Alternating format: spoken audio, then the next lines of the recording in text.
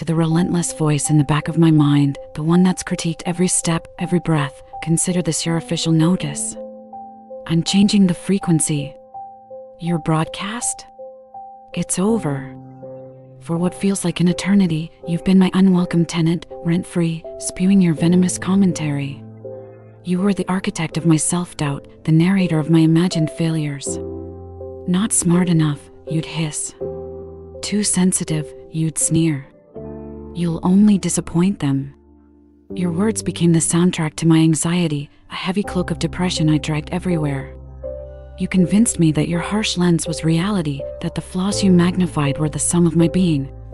You made me believe that vulnerability was weakness, that striving was foolish because the fall was inevitable.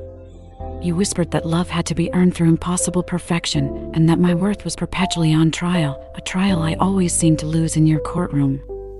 I walked on eggshells around your expectations, shrinking myself to avoid your inevitable disapproval, dimming my own light so your shadows could feel larger.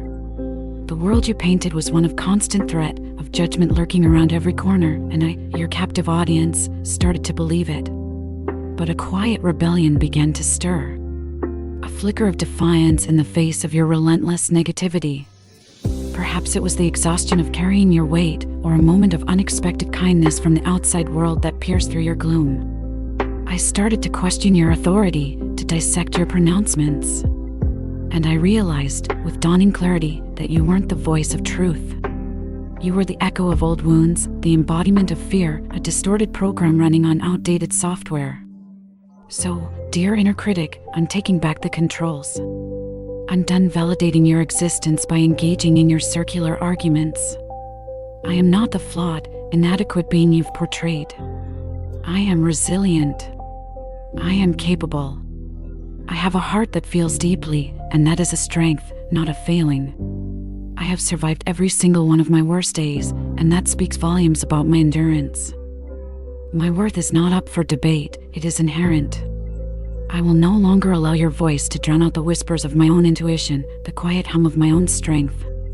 I choose to listen to the part of me that celebrates progress, however small. The part that embraces imperfection as a hallmark of being human. I am learning to offer myself the compassion you so fiercely withheld. This is my declaration of independence from your tyranny.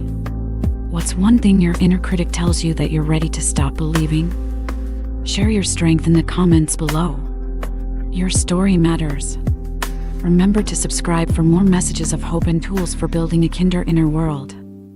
You deserve to be heard, especially by yourself.